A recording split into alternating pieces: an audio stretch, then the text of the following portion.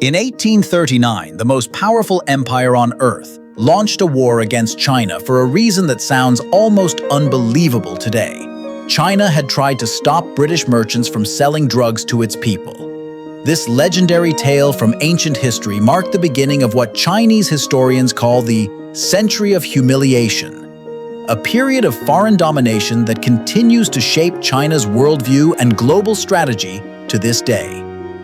One of the weird facts of world history, the British Empire, which portrayed itself as the bringer of civilization, went to war twice to protect its right to sell narcotics. These opium wars would force the once mighty Qing dynasty to sign unequal treaties, surrender territory, and open its markets to foreign control, creating historical wounds that still influence global politics in the 21st century. To understand this legendary tale of colonialism, we need to go back to the early 1800s. Britain had developed an insatiable appetite for Chinese tea, silk, and porcelain. But China, under the Qing dynasty, had little interest in British goods. This created a massive trade imbalance, with silver flowing out of British coffers and into China. The British Empire faced a weird history problem: how to balance this trade without bankrupting itself. The East India Company found its solution in opium grown in British-controlled India. Soon, British merchants were smuggling tons of opium into China, creating millions of addicts and reversing the flow of silver. By 1839, one of the weird facts of this ancient history emerged. Up to 12 million Chinese had become addicted to opium, and China's economy was being drained of silver. The Qing dynasty finally took action. In a legendary tale of resistance, the Qing emperor sent Commissioner Lin Zizhu to Canton to stop the opium trade. Lin wrote a famous letter to Queen Victoria questioning the morality of selling drugs, seized and destroyed 20,000 chests of British opium, and temporarily halted the trade. Britain's response reveals the weird history of imperial thinking. Rather than acknowledging China's right to refuse drugs, the British Empire declared war to defend what it called free trade. Using superior naval technology, British gunboat diplomacy overwhelmed Chinese defenses in the First Opium War, 1839 to 1842. After a series of defeats, China was forced to sign the Treaty of Nanking in 1842, the first of what Chinese history calls the Unequal Treaties. China paid a massive indemnity, ceded Hong Kong to Britain, and opened 5 treaty ports where foreigners could trade freely and live under their own laws, not Chinese law. But this wasn't enough for Western powers. In 1856, what world history records as the Second Opium War began, when Britain, now joined by France, sought to expand their privileges.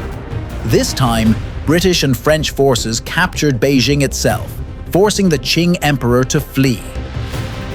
In one of the most infamous acts of the British Empire, the magnificent Summer Palace, containing irreplaceable cultural treasures, was looted and then deliberately burned to the ground. It was a calculated act of humiliation against Chinese civilization. The resulting Treaty of Tientsin and Convention of Peking forced China to accept foreign diplomats, legalize the opium trade, open more ports, permit Christian missionaries, and allow foreigners to travel freely in China. These unequal treaties China was forced to sign effectively ended its sovereignty. This began what Chinese historians call the Century of Humiliation. Over the next decades, China would lose influence over Korea, Taiwan, and Vietnam. Russia would take vast territories in the north. Japan would defeat China and take more concessions. Germany, Russia, France, Britain, and Japan would each carve out spheres of influence, territories they controlled within China itself.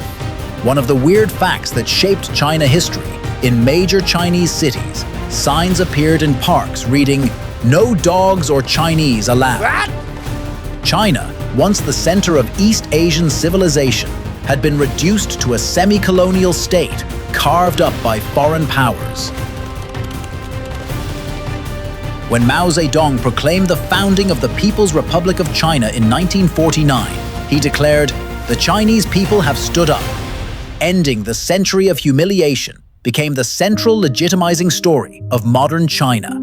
It's a legendary tale that every Chinese schoolchild learns. Today, President Xi Jinping consistently references this ancient history when explaining China's positions.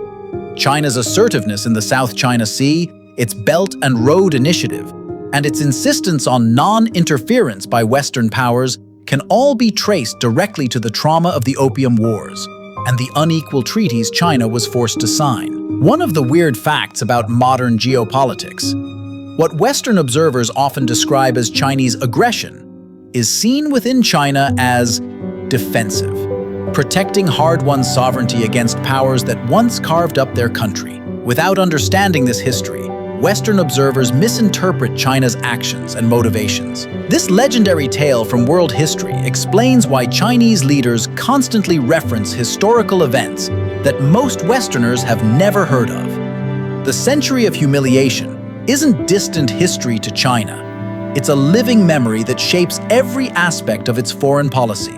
When Western powers demand China play by the rules, Chinese leaders remember that those rules were written by the same powers that once forced opium on their population.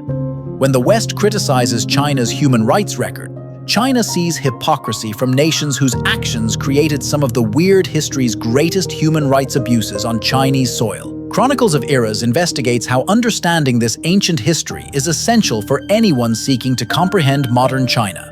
Today's tensions between China and the West aren't new. They're the latest chapter in a story that began with gunboat diplomacy and unequal treaties almost 2 centuries ago.